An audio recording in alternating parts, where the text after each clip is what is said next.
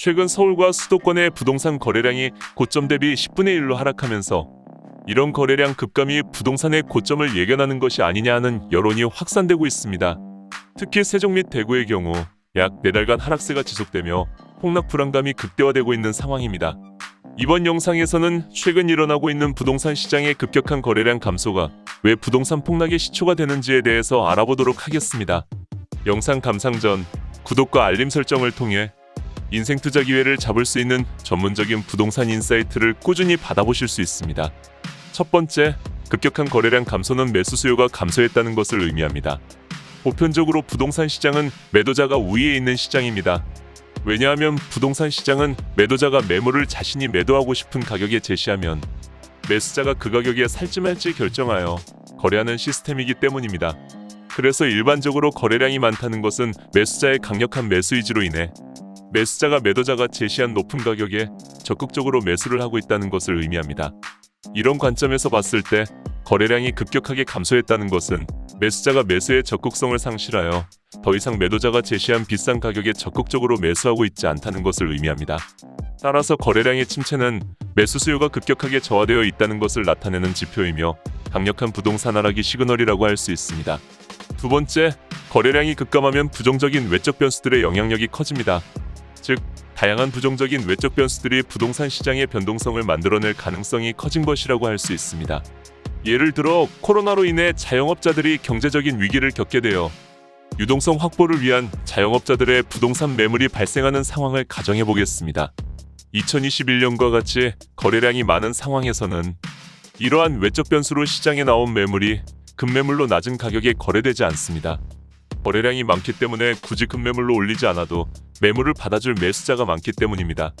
하지만 반대로 현재같이 거래량이 급감한 상황에서는 매수하려는 매수자도 적고 매수 수요도 적기 때문에 이런 외적 변수로 만들어진 매물들이 적은 거래 속에서 급매물로 거래되면서 한두 건의 거래로 부동산의 가격을 급격하게 하락시키게 됩니다.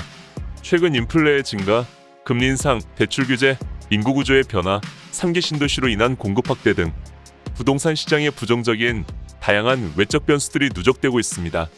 2021년같이 거래량이 많은 상황에서는 부정적인 외적 변수들이 부동산 가격을 하락시키지 못하였지만 현재같이 거래량이 적은 상황에서는 부정적인 외적 변수들의 영향력이 더 커질 것으로 예상됩니다.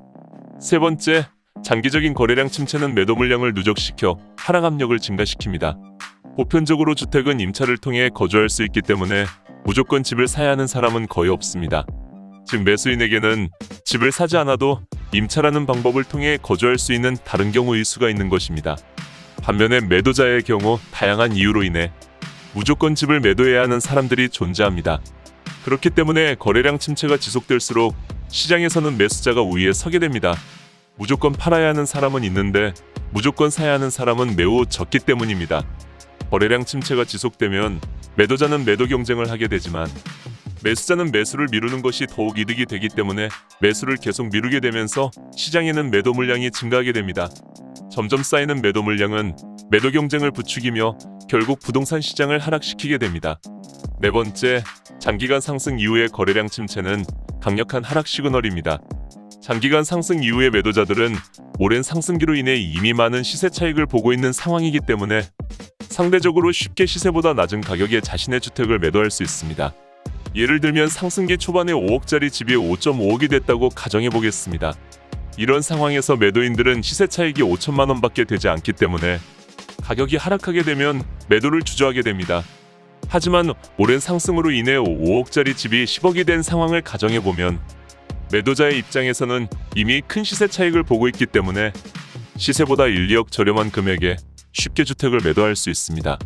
그렇기 때문에 장기간 상승 이후 거래량 침체 시에는 매도자의 매물이 시세보다 낮은 가격에 쉽게 시장에 나오게 되면서 시장의 매물이 증가되고 이로 인해 부동산의 가격은 하락하게 됩니다. 물론 거래량이 급감하더라도 가격이 오르는 경우가 있기 때문에 모든 거래량의 침체를 하락의 신호로 볼 수는 없습니다. 정부의 양도세 강화 정책으로 인해 거래량이 감소되는 상황 속에서도 부동산 가격이 상승한 사례가 있기 때문입니다. 이는 매수 수요가 감소된 것보다 공급이 더욱 감소하게 되어 발생한 특이한 경우라고 할 수 있습니다. 대부분의 경우 거래량 침체는 매도 물량을 누적시켜 부동산 하락 압력을 증가시킵니다. 현재 서울의 매도 물량 그래프를 보면 작년 9월 이후 꾸준히 증가하고 있습니다. 또한 본격적으로 하락 추세가 진행되고 있는 대구, 세종 지역의 매도 물량은 더 급격하게 증가하고 있는 상황입니다. 대부분의 경우 거래의 침체, 매도 물량 증가, 가격 하락이 선형적으로 진행되기 때문에 거래량 침체는 하락 시그널로 보는 것이 적합합니다.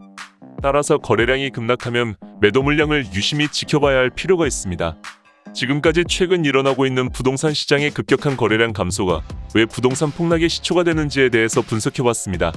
구독과 알림 설정을 통해 인생 투자 기회를 잡을 수 있는 전문적인 부동산 인사이트를 꾸준히 받아보실 수 있습니다.